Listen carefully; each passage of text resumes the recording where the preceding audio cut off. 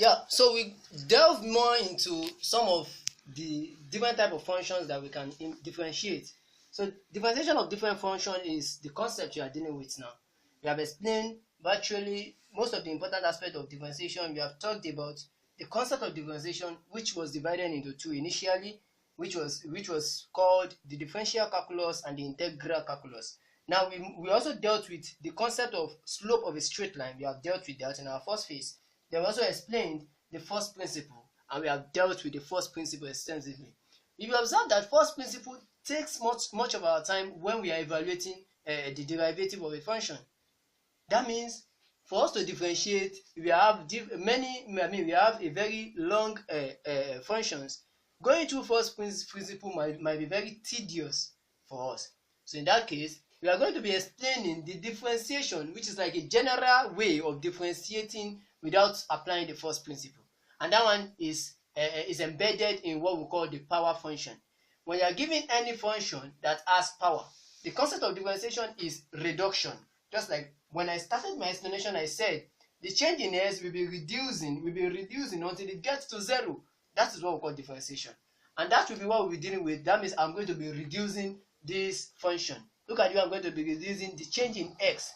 I'm going to be reducing it. Now, when you have any function which is y equals to a constant a, then this is x, which is a function, which is raised to a power n, which is another constant. Then you have to find the y, the x, not using the first principle this time around, but the direct method. What happens is that I'm going to have my power here taken down, which is a times n. Any power that you have here, bring it down. You are multiplying it with the constant here. Into bracket x. And to reduce the power, that is the concept. That was the concept of differentiation that we started with. Then we say n minus 1. You reduce it by 1. Then we can finalize by saying this is a n s is to the power n minus 1. And that is what y prime. That's what we call differentiation. Now, moving on. We are going to deal with some examples and we are going to deal with some examples to explain this better. But when you are differentiating, the power on s will be taken down. That is, you are multiplying it with the constant here. Anything you have as constant here. Then you have the power reduced by 1. Not by 2, but reduced by 1. Now, let's have constant function here. When y is equal to a constant, y is supposed to be a function of s. We are supposed to have x with this constant, just as we have here. But here, we said y is equal to a constant. Maybe y is equal to 2 or y is equal to 3. Then you have to find the y dx. The y dx here. Now, this one can be expressed as c s is to the power 0 because s is not indicated here. This can be expressed as c s is to the power 0. Then applying the power rule, this power rule is a general principle for differentiating. That will be what? C, the power will be taken down, 0. S is to the power 0 minus 1. This one, because it's 0, everything will definitely be 0. That means when you are differentiating a constant, the answer will always be 0. Moving on to the next one. We have a linear function here, which is y is equal to what? Cx. This one is different from this because this one has s with it. It has a function of s. So we apply the same power rule. Power rule is the general rule for differentiation.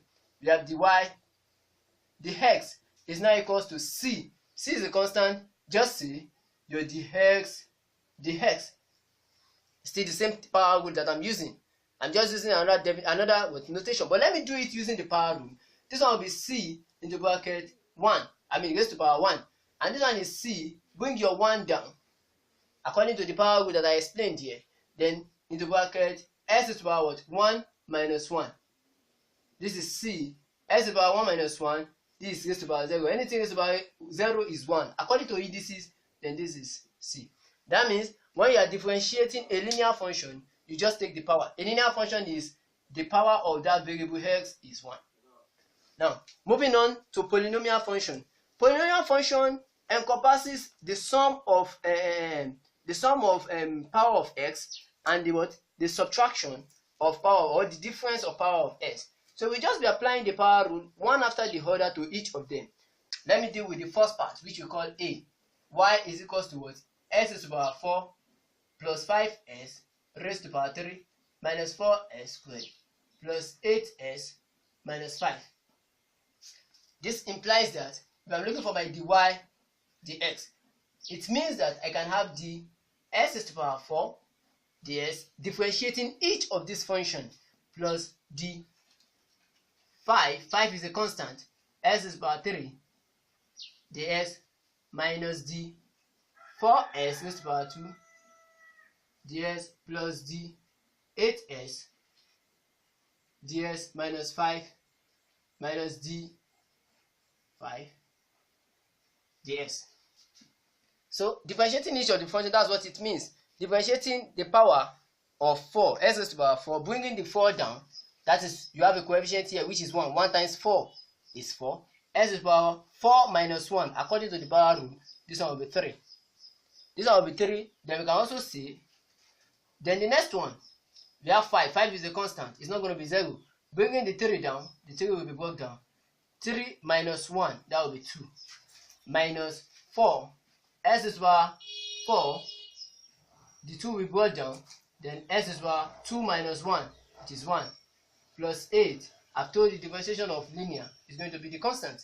Minus differentiation of constant is going to be 0. I've explained that initially. So this one is 4s raised to the power 3 plus 15s raised to the power 2 minus 8s plus 8.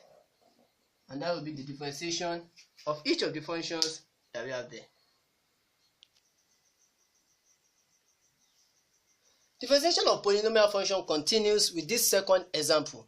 I'm asked to differentiate y is equals to 3s raised to the power 4 minus 5s raised to the power 3 plus s raised to the power 2 plus 2s minus 4. We are asked to find dy ds at s equals to 4. This is very simple. All you need to do is just find your y prime, which is the same thing as dy dx. Differentiating each of these functions, I will differentiate it directly because I've dealt with it step by step before then.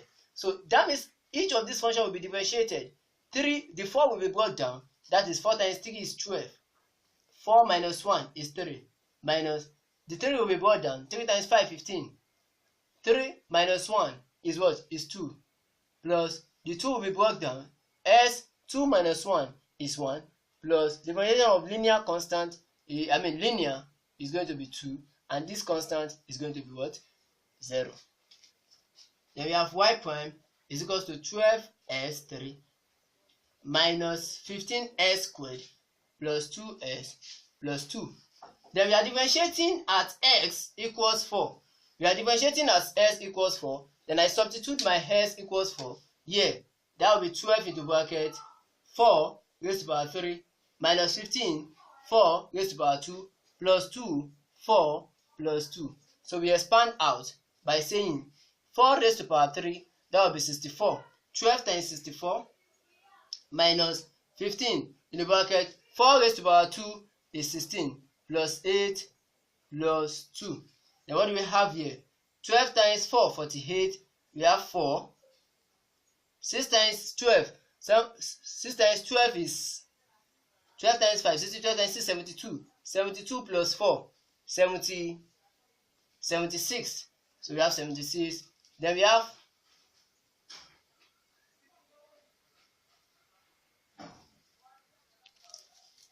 now we were saying that 12 is raised to power 4 raised to power 3.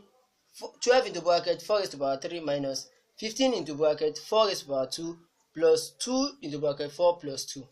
Then this is 64 times 12, and that gives 768 when you do the multiplication. Then 15 times 16 is going to be what? 240 plus 8 plus 2, that is 10. Then we have the computation here. This is 768. 240 plus 10 minus 240 plus 10, that's minus 230. Then we have minus 230. 768 minus 230 is 538. And that ends the part that we are talking about, differentiation of different functions. Now, we are moving on with the derivative. Now we are dealing with the trigonometric functions. You are familiar with our SOHCAHTOA, where we are dealing with trigonometric ratios. So we can also find the derivative of each of these fundamental functions. When you are giving your y to be sine x, you are giving your y to be cos x, equally giving your y to be tan x. These are the basic functions in the trigonometric ratios. then we can find our y prime to be cos x. The reason why this one is cos x, I'll give you an explanation here. Sine x, is an even function. It's an odd function. The meaning of an odd function is a function that when you have that function, when you say that function is f of s, is going to be equal to minus what? F of x. What I mean is that if I have sine minus x, then we write it as minus sine s because it is an odd function. That is, it retains its negative if you are dealing with sine s. But in the case of even function, this one means that we have f of minus s is going to be this if it is an odd function. This explanation is mathematical. Also, we can deal with an even function. Sine is an odd function because it retains its negative when you take the function of the negative input. But when you have f of minus x, if it is an even function, then it's going to give us f of x. This one is talking about a cos. When you say cos minus s, when you take the negative of cos, it is going to be cos s, ignoring the negative sign. This one is an even function, which does not retain the negative sign. When you take the function, we take the cos of that negative sign. That is an even function. And that's what happens when you differentiate a cos. If you differentiate a sign and you expect to get cos, you just have cos x. But in the case of cos, if I find y prime, which is the derivative dy dx, with respect to what? Cos x, I'm differentiating with respect to x, and that means I'm going to be getting an odd function, and that odd function is sine s, then we have minus sine x. That is why this one is giving us minus sine s, because it's an odd function. But when you have y prime of this one is a representation of this y, can also be written as what? Sine s all over cos x. What I mean is that tan x is gotten from sine s over cos x when you are dealing with your trigonometric ratio. Then at the end of the day, when you deal with this derivative, we are still going to be dealing with this. When you are using quotient rule, we are going to be having ses square x. That's what we get when we differentiate tan s. Tan s is ses square x. Now moving on to what we call another concept of differentiation, and that is called function of a function rule, which we popularly call quotient rule. Function of a function rule deals with composite function. In mathematics, when you are talking about composite function, we are dealing with two functions occurring to a particular variable. This is what I'm saying. When I have two functions, when I have y to be a function of x, this is a function on its own. But when I have something like this, y to be a function of s, which is also a function raised to the power 2. The meaning of a function linguistically, in a layman definition, it is like when you have set A to be made up of 2, 3, 4, and 5, for instance. Then there is a function on A, and that function on set A, and that function is expected us to add any two elements of A. Let me say I'm taking A plus B, any two elements of A. So the function is this addition. The function is this addition of any two elements of this A. Function is like an action you perform on the element of a set to get another element. Maybe the element can be in that set. If it is found in that set, then we say that set is closed. I'm taking you to abstract mathematics. If this one is 2 plus 3, 2 plus 3 is 6. Definitely is not in the set A. That one is outside the set. It's not a closed element. That is not where I'm going. But what I want you to understand is the fact that when you are talking of a function, function can be the action you perform on element of a set. It can be addition, adding two elements. It can be subtraction. It can be multiplication. It can be division, or any other mathematical, computation you are dealing with. So function is like something that you do to a particular set, which will give you the element of that set or outside the set. Now, we are not dealing with function of a function rule. We are dealing with two separate functions together. For instance, if I'm asked to add A plus B, which is found in set A, then you are now asked to multiply it again with C plus D, with C, with another element. I'm dealing with two functions here, the function of addition and function of multiplication. That represents two functions, and that is what we call the composite function in our function. So anytime you are dealing with chain rule, it implies that you have to differentiate that thing twice, because when we are given one function, we ordinarily differentiate it once. So let me give you an example to explain that concept. What you just have to understand from a function or a chain rule is this. For instance, let's assume you are given something like this. You are given y to be 3x squared plus 2 squared. This represents two functions because inside the bracket, we have a function that tells us that the value of x multiplied by 3 then add 2. You are adding inside. There's a function inside. So we have inner function here. So we can call it function 1. There's a function above here. When you look at it, power function is a function. Power representing multiplying it twice. That is multiplying this bracket twice. So it's also a function of multiplication. That equals, we can call it an outer function. So the function of a function rule requires you to differentiate the whole function twice. That means if I want to represent this mathematically, I can say the y, the x, I will differentiate the whole function. I will differentiate the whole function with respect to x, 3x squared plus 2 plus 2.